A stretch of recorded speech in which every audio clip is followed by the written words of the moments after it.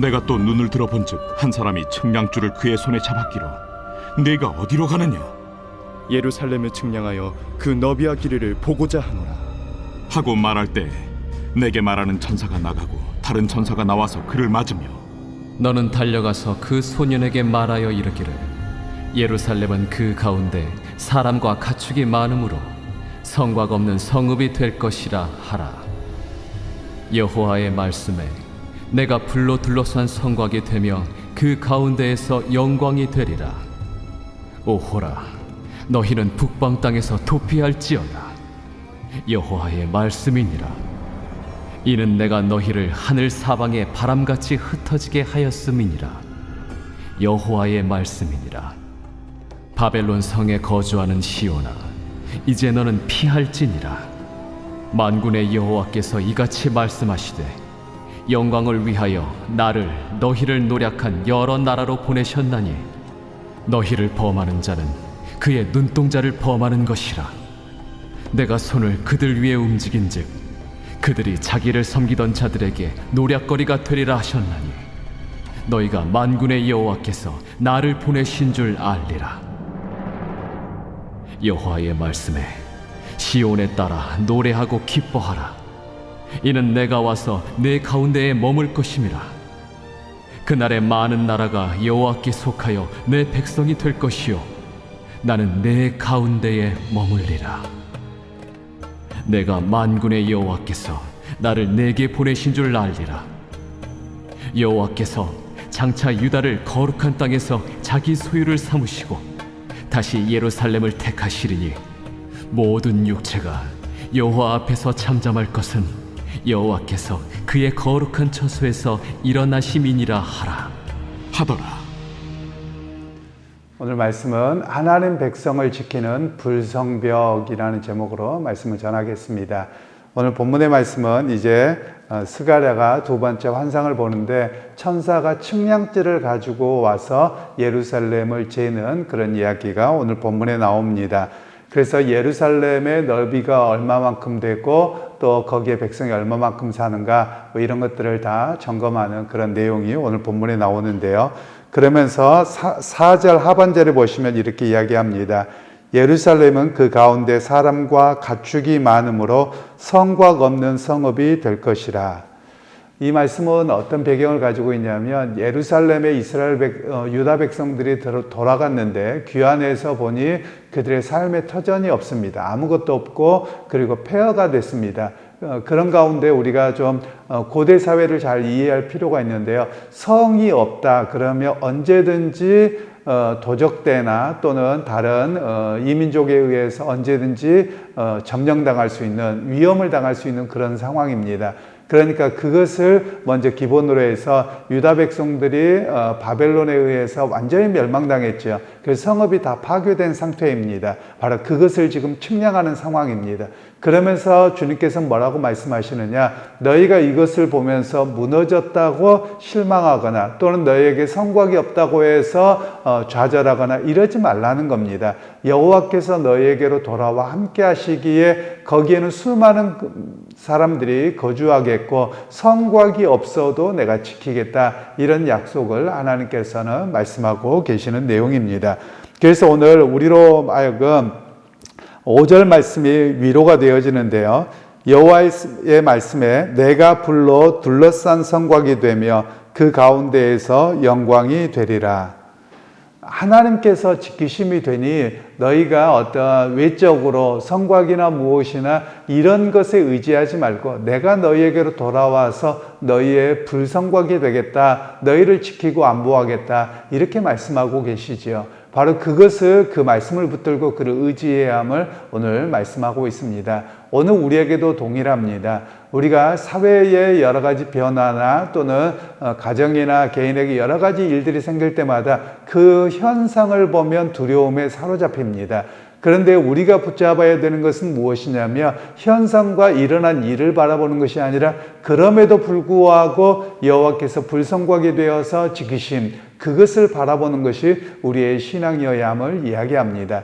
그래서 여러분, 유다 백성들이 예루살렘에 돌아갔을 때 그 처참한 현실, 그리고 70년 동안 아무도 살지 않고 있어서 완전히 폐허가 되어져 있는 그 모습을 생각해 보십시오. 마치 여러분들이 요즘에 그 뉴스에서 많이 보는 이스라엘과 그 팔레스타인 전쟁이 있어서 이스라엘이 팔레스타인의 여러 지역들을 무참히 짓밟고 있죠. 폐허가 되어져 있죠. 그 현장을 생각하시면 됩니다. 그 그림을 보면서 그 폐허가 되어 있는 것을 가끔 보면서 야, 저거 어떻게 일으키려고 해? 저렇게까지 무너지나? 이런 상황이거든요. 물론 오늘날은 건물들이 다 튼튼하기 때문에 폭격으로 했겠습니다만 과거에는 돌을 쌓았을 뿐이거든요. 그러니까 당시에는 불을 지르고 그 성을 무너뜨리고 이것이 폐허 상태거든요. 사람들이 살 수 없는 곳으로 만드는 겁니다. 과거에는 사람이 살 수 없는 곳으로 만든다는 것은 엄청난 저주이고 그리고 엄청난 그것에 대한 심판의 이야기를 하고 있는 것이거든요. 그럼에도 불구하고 하나님은 너희가 그 폐허 상태로 돌아가서 너희가 그 현실을 보며 무너지죠. 실제로 유다 백성들이 무너졌고 어찌할 바 몰라 했습니다. 그런 상황에서 하나님께서는 측량줄을 가지고 가서 재어보면서 너희가 성곽이 없어도 내가 너희의 불성곽이 되어서 너희를 지킬 것이다. 그래서 그 하나님을 의지하라고 말씀하고 계시는 것이죠. 여러분, 오늘 우리에게도 끊임없이 우리의 환경은 폐허가 되고 무너지는 현장들이 매번 있습니다. 물론 경제적일 수도 있고 또 집안에 누구의 아픔일 수도 있고 여러 가지 이유가 될 수 있습니다. 그때마다 우리가 기억해야 될 것은 그럼에도 불구하고 지키시는 여호와 하나님, 그 성곽 가운데 불성곽으로 지키셔서 인도하시는 하나님을 바라보는 것이 우리의 신앙이어야 함을 이야기를 하고 있습니다. 그러면서 이제 6절 말씀에 오라 너희는 북방 땅에서 도피할지어다 이렇게 말씀합니다.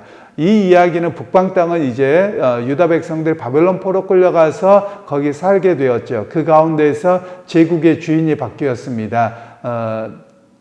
제국의 주인이 바뀌어서 바사 왕국이 되어졌는데 바사 제국 안에서 살아가고 있는데 이 북방 땅은 그곳을 이야기합니다. 그래서 북방 땅에서 너희가 도피할지어다 라고 이야기를 하고 있죠. 이 말씀은 아직 오지 않은 귀한 자들에 대한 이야기를 하고 있는 겁니다. 귀한 자들이 1차, 2차, 3차에 걸쳐서 오게 되는데 이들이 오지 않은 이유가 무엇이겠습니까? 또 3차까지 했음에도 불구하고 오지 않은 이들이 있었거든요. 그래서 지금도 페르시아에, 즉 이란이죠. 이란에는 유대인들이 여전히 살고 있는 것으로 제가 방송에서 봤습니다. 그 정도로 지금까지도 돌아가지 않은 이들이 있는 것이거든요. 그래서 하나님께서는 뭐라고 이야기를 하시느냐 하면 돌아와라, 도피하라 이렇게 이야기를 합니다. 그러면 이 의미가 뭐냐면 왜 유다 백성들이 예루살렘으로 귀환하지 않겠습니까?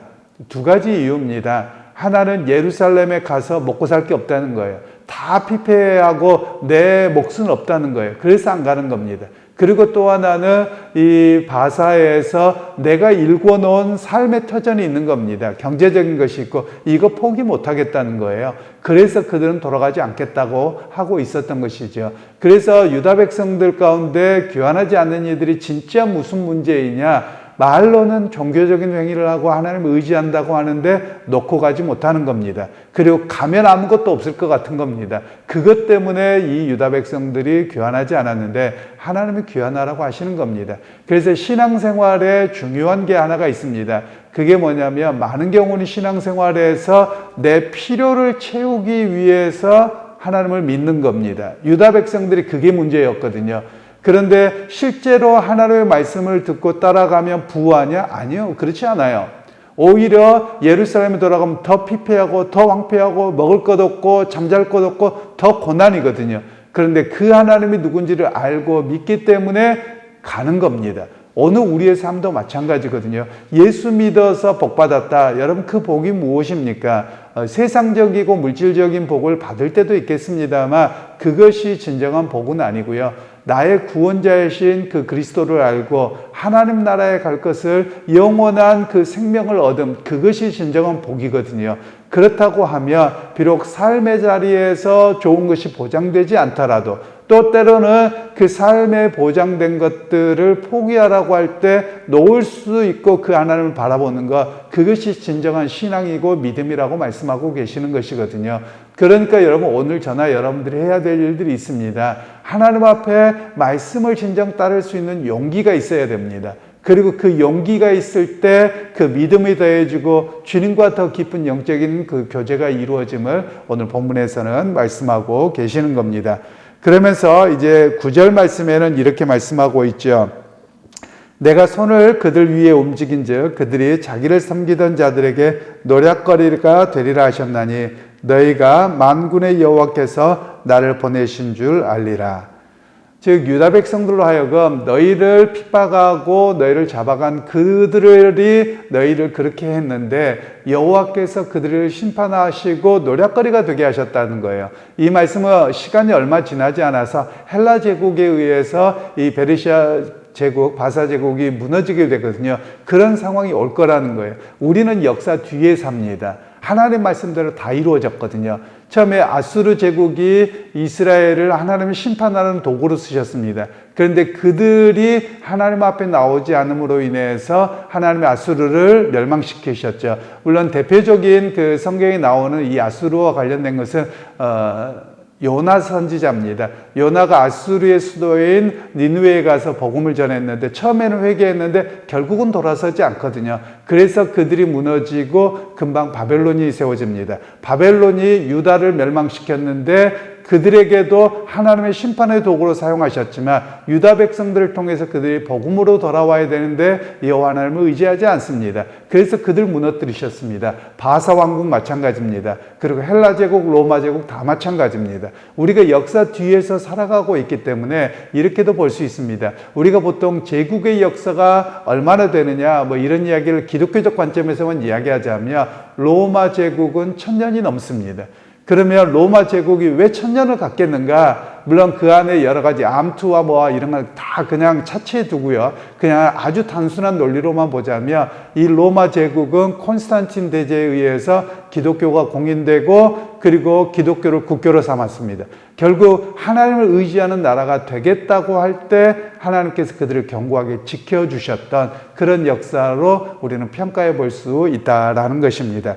그래서 오늘 우리에게 말씀하고 계시는 것은 현실의 두려움, 안주함, 거기에 머물러 있으면 하나님께서 그들을 돌보지 아니하신다. 이렇게 말씀하고 계시는 겁니다. 그래서 오늘 믿음의 사람들은 무엇을 볼 것이냐? 내가 가진 것, 가질 것, 현실, 이걸 보는 게 아닙니다.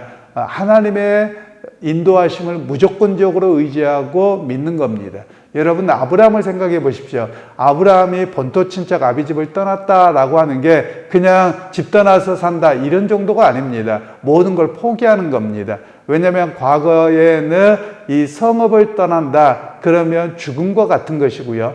그리고 아브라함이 그 지역에서 굉장한 유지였습니다. 굉장히 잘 살았고 그런데 그것을 갖고 갈 수 없거든요. 또 오늘날과 같이 화폐로 바꾼다 또 뭐 은행에 넣어놓는다 이런 개념이 없습니다. 그냥 살아야지 그것이 자기의 재산인데 그걸 다 놓고 여호와 하나님이 나타나셔서 말씀하시니 떠나간 겁니다. 포기한 겁니다. 그게 바로 그가 여호와께로부터 믿음으로 의로 인정받았다라는 말씀입니다. 그래서 오늘 우리에게도 마찬가지입니다. 포기할 줄 알아야 됩니다. 우리가 어떤 일에 대해서든지 억울함에 대해서 또 현실에 대해서 포기하라 그러니까 다 냅둬 버리자 이런 말씀을 하는 것은 아니고요. 내가 내 마음을 사로잡고 있는 것들 내려놓을 줄 알아야 됩니다. 그것이 바로 하나님을 의지하는 겁니다. 왜냐하면 내가 심판하지 않더라도 내가 복수하지 않더라도 하나님께서 그렇게 하실 것을 내가 믿고 바라봅니다. 이 고백이 우리의 진정한 고백이라고 말을 하고 계시는 겁니다. 그러기에 여러분 오늘 하루를 살아가실 때 현실을 보고 무너지지 마시기를 바랍니다. 또 현실에 안주하지 말기를 바랍니다. 나는 하나님을 의지하기에 현실을 딛고 살아가지만 그 여호와 하나님의 약속을 바라보고 살아가는 순례자입니다. 하늘나라를 바라보는 순례자입니다. 이 고백에서 흔들리지 않고 오늘 또 순례의 삶을 하나님을 의지하고 승리하는 여러분 모두가 되시기를 주님의 이름으로 축원합니다. 하나님 오늘 또 주의 말씀을 통해서 우리에게 은혜 베풀어 주시고 또한 현실에 안주하고 있던 이들 또 현실에 대한 불안하는 이들에게 여호와 하나님이 누구신지를 분명히 말씀하셨습니다. 하나님 우리로 하여금 그 하나님을 믿고 의지하게 하셨사오니 현실과 상황을 보고 무너지지 않게 하시고 지키시고 보호하시고 안보하신 하나님을 바라보며 승리하는 우리 모두가 되게 하옵소서. 예수님의 이름으로 기도하옵나이다. 아멘.